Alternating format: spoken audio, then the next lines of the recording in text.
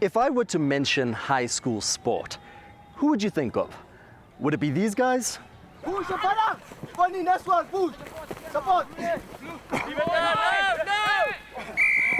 Or would it be these guys? Good defense from Wood. Jordan Chait, is he over? Yes, he is.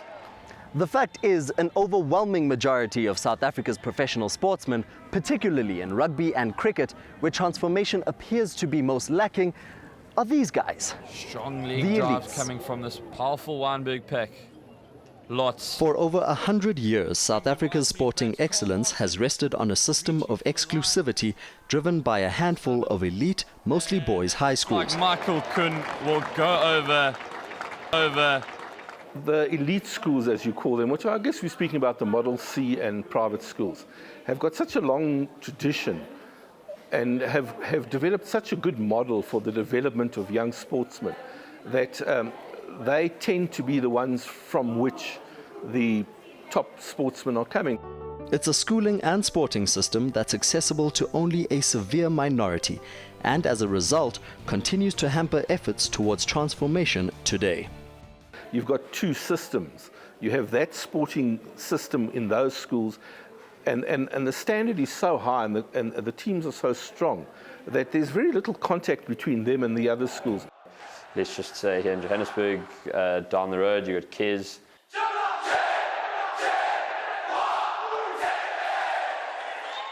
And then if you hop just across the road into, let's say, Yeovil or one of those places, you'd have a school. How can they compete with a school that's got a rich ethos, a rich tradition, old boys pumping in money, indoor facilities for cricket? That's where the gap goes. And if it rains, he can still train, whereas another guy's got to go wait his turn to bat because he's got to share pads with the guy. That's where the difference comes. And the glass ceiling for those without means gets harder and harder to break. From your sport, you either want to get a professional contract or you want to get some sort of bursary to a tertiary facility, varsity. How you get there, you get noticed by coaches, you get noticed by staff. Where do you get noticed by that? At the big national weeks. How do you get picked up there? Well, it's usually through the big schools. So a guy from, as you were saying, Eldos or Soweto or something like that, how does he get in? How does he break through the barrier? Well, he's basically got to get picked up at primary school. Though as our society continues to evolve, access for formerly oppressed groups expands, and a new generation of black children are included into this formerly white-only system, which is a good thing, right? Those kids that have been playing for these schools come from the communities. They get recruited into the elite systems through funding. So obviously that's why we can never produce a system that is very community-based on a grassroots level that can be sustainable until basically we can remove that type of a system. In this jar, I have 91 mints. These 91 mints represent the 91 players to have represented South Africa in Test cricket since readmission. In this significantly emptier jar are the 6 black players to have played Test cricket for South Africa in that time. And then this is Mfuneko Ngam, the only black player to have played Test cricket for South Africa after not having graduated from a former Model C, private or elite institution.